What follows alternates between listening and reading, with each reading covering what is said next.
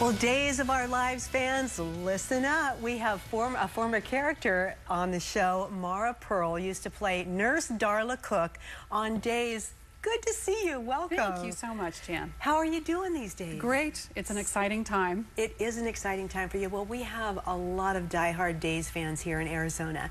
So maybe let's talk a little bit about the show and what was it like being on such a popular long-running show? I have to say, at first, I was such a snob. I thought soap opera was beneath me, and I was a classically trained actress. And I had this meeting come up, so I went to the meeting, and really, I took the job in about 10 seconds. I bet. And I learned so much from working on the show. I worked with marvelous actors, directors, crew. It was a grand experience. Who were some of your favorite characters to work with? And maybe share some funny or dramatic we love behind the scenes stories. Well, I started on the show at about the same time Drake Hoaxton joined the cast. And I was working with John Aniston quite a bit, who was the bad guy, Victor Kiriakis. And I was always saving people by putting them on a gurney, covering them with a sheet, and scooting them off down the hallway.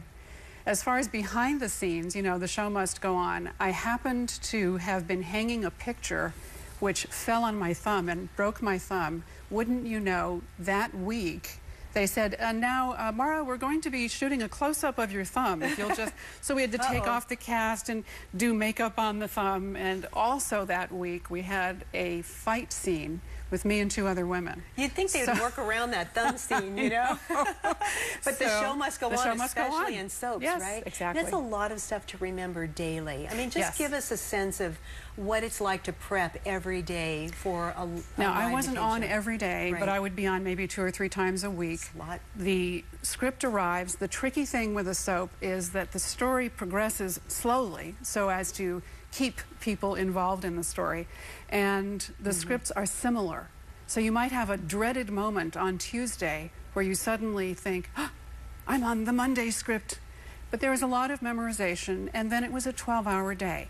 So you start the day very early with a camera block and a rehearsal. Right. So there's a discipline and an energy that you have to...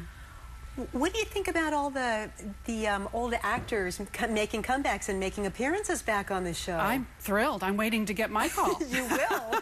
So from nurse cook now to a women's fiction author, how did that happen? It's an interesting journey. The intermediate step for me was that I created my own soap, but I did it for radio. I really fell in love with that form of storytelling, created a radio drama, and surprisingly, it got picked up by the BBC. Really? Was the first American radio serial that they had ever broadcast. And we didn't know if it would work, but we had 4.5 million listeners. That's amazing. So, and as far as journalism, you actually started as a writer for the Associated Press, right? I didn't start at the AP, but I did start as a journalist and worked my way up. Learned from wonderful writers, learned how to research, how to interview. So these 2 paths, the performing and the writing, eventually really came together when I started producing my own soap. And I developed an audience there, and there was, you know, a demand for, how about doing it as books? And now, so the audience has been waiting for your book. Tell us about the new book and where you're going from there. It's a story about life in a little town.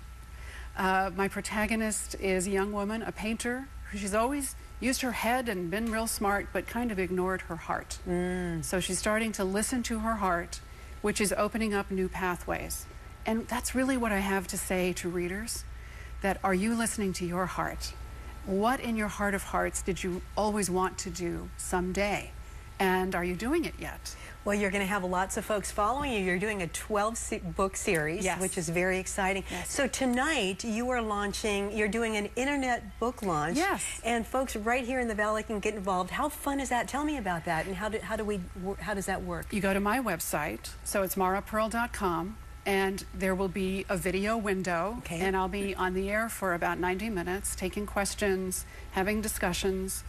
I love connecting with my readers any way that I can. So I love the live events. I do tea events. I'm doing a tea at Ritz-Carlton later in the week, and it's just a lovely way to connect. And it's a new world, right? So we're trying something. Absolutely. The best of luck to you, and it's really great that you're going to be doing so many different things here in the Valley, so we get to enjoy you in a lot of different capacities. So thank you. Well, Phoenix is a wonderful place. I'm very thrilled to be here. So you bet. And so tonight you're going to be 5 o'clock till 6:30. MaraPurl.com.